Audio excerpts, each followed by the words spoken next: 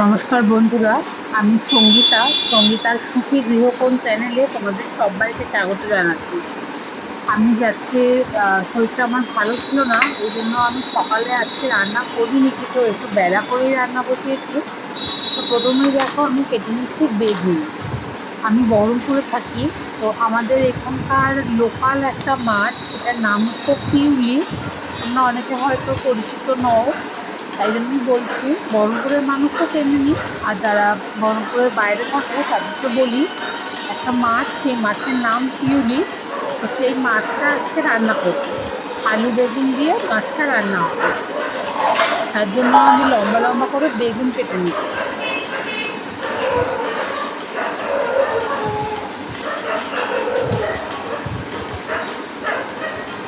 মাছটা খেতে কিন্তু খুব টেস্টি হয়। একদম আলু বেগুন আর একটু জিরে গুঁড়ো, আর কিছু দেওয়ার দরকার পড়ে না। দেখো, আমি বেগুনটা কেটে নিয়েছি লম্বা করে। এবার আমি মাছের আলুটা কেটে নেব। আলু আহ, কাটার আগে আমি কুমড়োটা কেটে নিচ্ছি। আলু আমার পিলার দিয়ে ছাড়াতে বেশি সুবিধে হয়, এই কারণে আমি পিলারটা নিয়ে বসেছি। তো প্রথমে আমি কুমড়োটা কেটে নিচ্ছি। কুমড়োটা একটু বড় সাইজ করে কাটবো, আলু কুমড়ো চিংড়ির তরকারি করবো। কুমড়োটা একটু বড় করে কেটে কেটে নিচ্ছি, ডুমো ডুমো করে।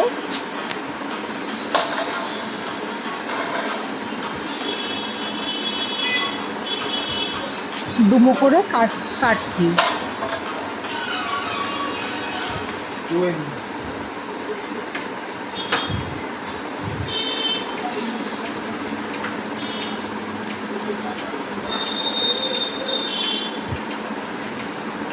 অর্ধেকটা, যতটা কুমড়ো ছিল তার প্রায় অর্ধেকটা কুমড়ো আমি দিচ্ছি। এবার কুমড়োর তরকারিতে কাটার জন্য আলুটা কেটে নেব। পিলার দিয়ে আমার আলু ছাড়াতে সুবিধে হয়, ওই আমার ছেলে পেছনে এসে দাঁড়িয়েছে। আলুটা পিলার দিয়ে কাটাতে সুবিধে হয়, তাই জন্য আমি পিলার দিয়ে খোসাটা ছাড়িয়ে নিচ্ছি।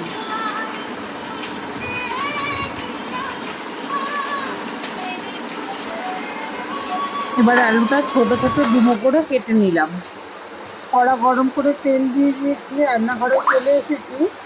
কড়া গরম করে তেল দিয়েছি, বাইরে হাওয়া বেরোচ্ছে বলে রান্নাঘরের জানালাটা বন্ধ রেখেছি, একটু হাওয়া লাগছে। গরম তেলে আমি জিরে ফোড়ন দিয়ে দিয়ে দিলাম আলু কুমড়ো ভাজা। আলু কুমড়োটা কাটা দিয়ে, কেটে ধুয়ে রাখা আলু কুমড়োটা দিয়ে দিলাম। আলু কুমড়োটা একটু ভাজা মতো করে নেব। নুন দিচ্ছি।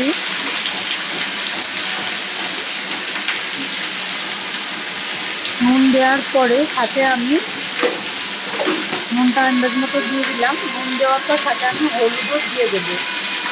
হলুদটাও দিয়ে দিচ্ছি।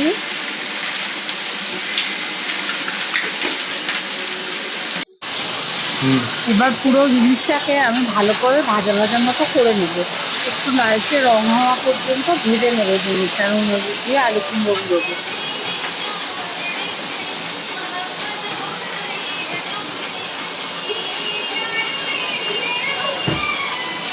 আজকে বন্ধুরা, আমার শরীরটা যেহেতু ভালো না, যেহেতু আমার ছেলে ক্যামেরার অ্যাঙ্গেল করেছে, ক্যামেরাটা ঠিক অ্যাঙ্গেল মতো করতে পারেনি।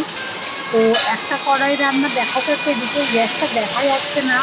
তোমাদের কাছে আমি ক্ষমা প্রার্থী, যে একটু মানিয়ে নাও। তো কুমড়োটা আমি ভেজে নিলাম, আলু কুমড়োটা।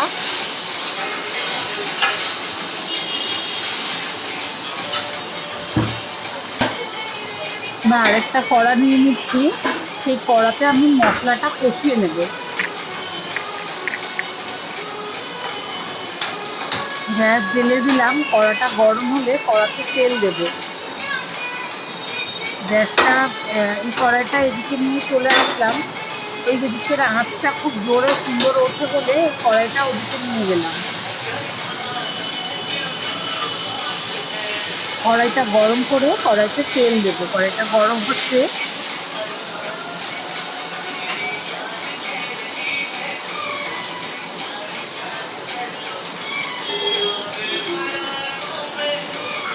তেল দিয়ে দিচ্ছি। তেলটা একটু বুঝেই ব্যবহার করব, কারণ আলু কুমড়ো ভাজাতেও তেল দেওয়া ছিল, সেজন্য একটু কম দিয়েছি তেলটা। যারা বেশি তেল খাওয়া পছন্দ করো তারা অবশ্যই একটু তেল দিতে পারো। সাথে আমি একটু গোটা জিরে ফোড়ন দিচ্ছি।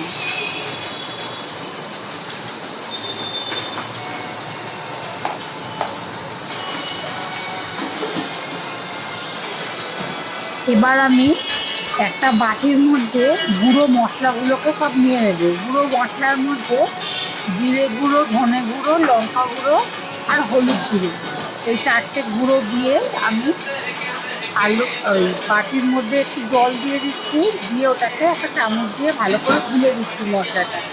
মশলা যদি জলে গুলে দিয়ে পুরো মশলা যদি গুলে ব্যবহার করা যায় রান্নায়, তাহলে মশলাটা পুড়ে যায় না। এবার আমি গোলার পর মশলাটা দিয়ে দিলাম কড়াইতে। আচ্ছা, এর মধ্যে একটু চিনিও দিয়েছিলাম। এবার আমি মশলাটা ভালো করে কষিয়ে নেব। নুন দিয়ে দিচ্ছি, তখন আলু কুমড়ো ভাজার আন্দাজে নুন দিয়ে দিলাম, এখন তরকারির আন্দাজে নুনটা দিয়ে দিচ্ছি।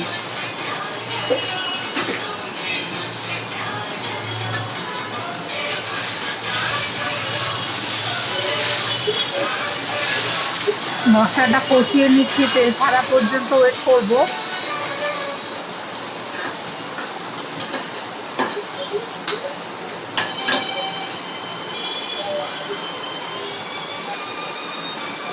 আজ আমাদের এখানে প্রচন্ড গরম পড়েছে বন্ধুরা, রান্নাঘরে ঘেমে আমি একেবারে স্নান করে যাওয়ার মতন অবস্থা। আচ্ছা, একটু হলুদ দিতে ভুলে গেছিলাম, হলুদ গুঁড়ো দিয়ে দিলাম।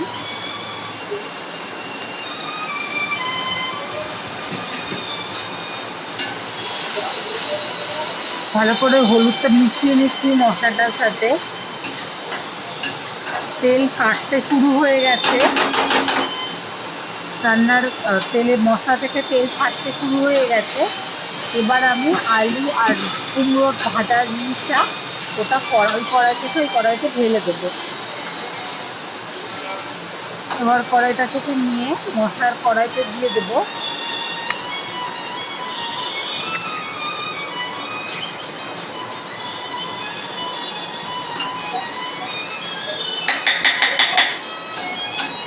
মশলাটা আমার কষানো হয়ে গেছে।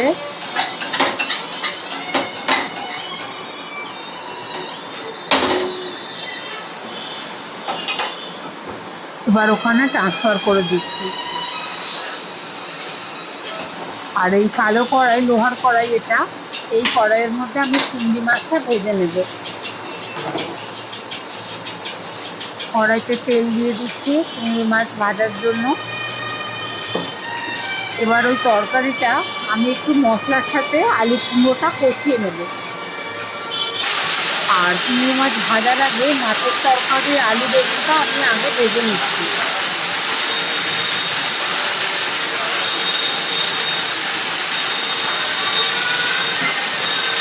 মশলার সাথে আলু কুমড়োটাকেও কষিয়ে নিচ্ছি ভালো করে।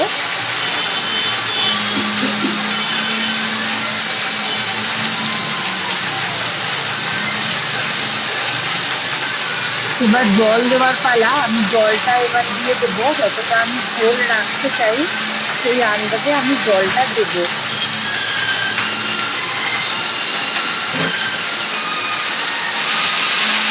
মাছে ধুয়ে জলটা দিয়ে দিলাম, মশলার বাটিটা যেটা ছিল সেটা ধুয়ে জলটা দিয়ে দিলাম। এবার আমি তরকারিতে জল দিচ্ছি, ঝোল অনুযায়ী জলটা দেবো। আর এদিকের কড়াইতে আমার মাছের জন্য যে আলু বেগুনটা লাগবে সেটা ভাজা হচ্ছে।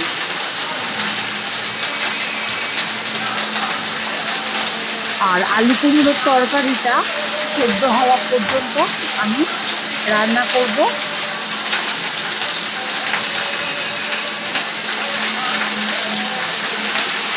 যেহেতু বেশ খানিকক্ষণ ধরে আলু কুমড়োটা ভাজা হয়েছে, সেহেতু অনেকটা সেদ্ধ হয়ে গেছে। বাকিটা আমি ঢাকা দিয়ে দিলাম, ঢাকা দিয়ে সেদ্ধ করে নেব। এদিকে নুন আর হলুদ দিয়ে দিচ্ছি মাছের আলুতে, আলু বেগুনে। নুন হলুদ দিয়ে এবার এটাকেও একটু ভাজা ভাজা মতো করে নেব।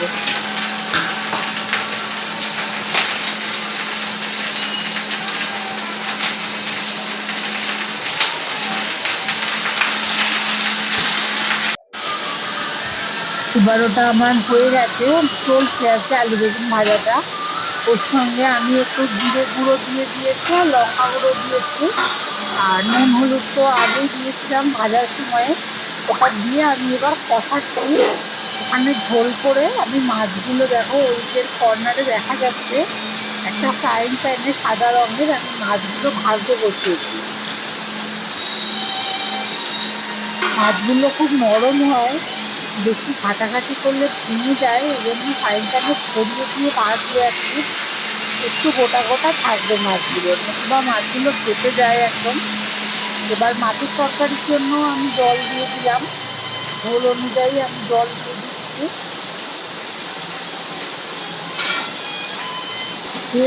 এর আগে একবার আমি চিংড়ি মাছ ভেজে চিংড়ি মাছটা ওই কুমড়োর তরকারিতে দিয়ে দিয়েছিলাম, এই ক্লিপটা আমি যোগ করিনি।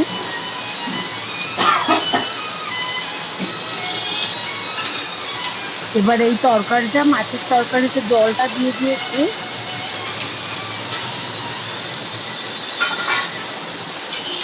এবার এটা ঢাকনা দিয়ে আলু বেগুনটা সেদ্ধ হতে দেবো।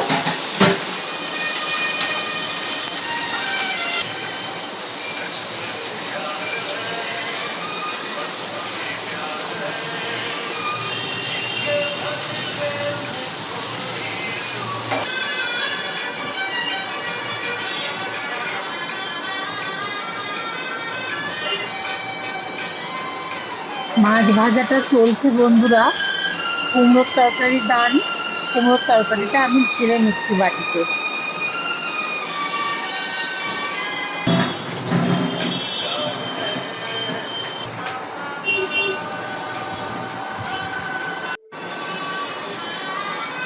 সারাদিন বলে কুমড়োর তরকারি ঢেলে নিলাম। এবার মাছটা, আলুটা চেক করছি সেদ্ধ হয়েছে কিনা, তারপরে মাছগুলো দিয়ে দেবো। আলু মোটামুটি সেদ্ধ হয়েছে, আর একটু রাখতে হবে। মাছগুলো এবার আমি আলু বেগুনের মধ্যে দিয়ে দেবো, ঝোলের মধ্যে।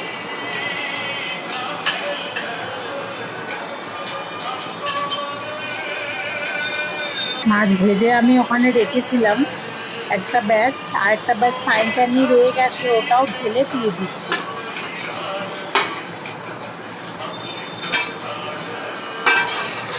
এবার ওই ফ্রাইং প্যানের মধ্যে আমি 3টে ডিম পোচ করে নেব। পোচ করলে আমার ছেলে খেতে চায় না, এই জন্য ডিমটা পোচ টাইপেরই করে ওটাকে একটা ফোল্ড করে নেব, যাতে অমলেটের মতো দেখতে লাগে, তাহলে ও খেয়ে নেবে।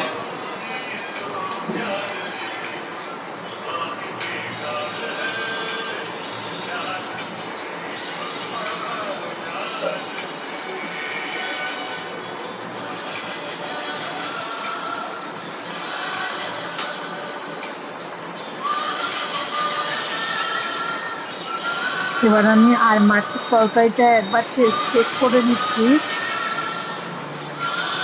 সব সেদ্ধ হয়ে গেছে কিনা, আর একটু হবে। ঢাকা দিয়ে দিলাম। এবার ঢাকা তুলে দেখো, ঢাকা দিয়ে দিলাম। আর যে ডিমগুলো রয়েছে, 3টে ডিম, ওই ডিমটা আমি, ফ্রাই প্যানটা গরম আছে আর ওখানে মাছ ভাজাতে তেল আছে, সেই তেলের মধ্যেই আমি করে নিচ্ছি। যদিও তেল ফ্রাই প্যানে নেই, ওই যেটুকু লেগে থাকে গায়ে আর কি, তার মধ্যে আমি পোস্টটা করে নিচ্ছি। ঝোল ফুটছে খুব জোরে, গ্যাসটা হাই রয়েছে।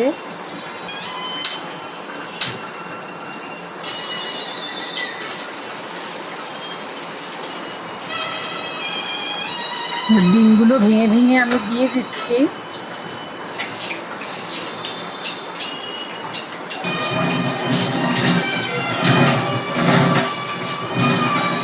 তিনটে ডিম আমি দিয়ে দিলাম।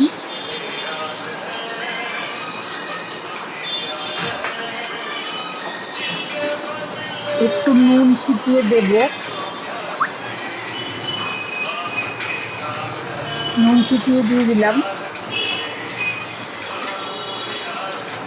কোচের মতোই করছি বন্ধুরা, যেমন করে তোমরা কোচ করে থাকো তেমন করেই করছি। আর আমি গোলমরিচ দিচ্ছি না, কেননা গোলমরিচ আমার ছেলে খেতে চায় না।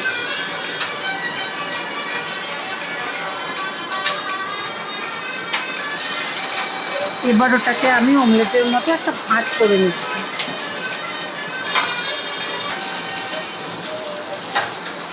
ওটাকে আমি মাঝখান থেকে দুটুকরো করে নিলাম দুজনের জন্য। এবার একটু উল্টে পাল্টে ভেজে নিচ্ছি।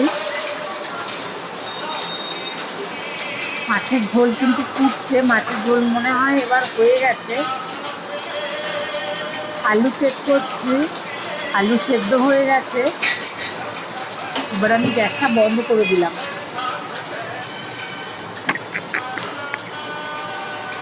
আমার আজকের রান্না এই পর্যন্তই বন্ধুরা। তোমরা সবাই ভালো থেকো, সুস্থ থেকো।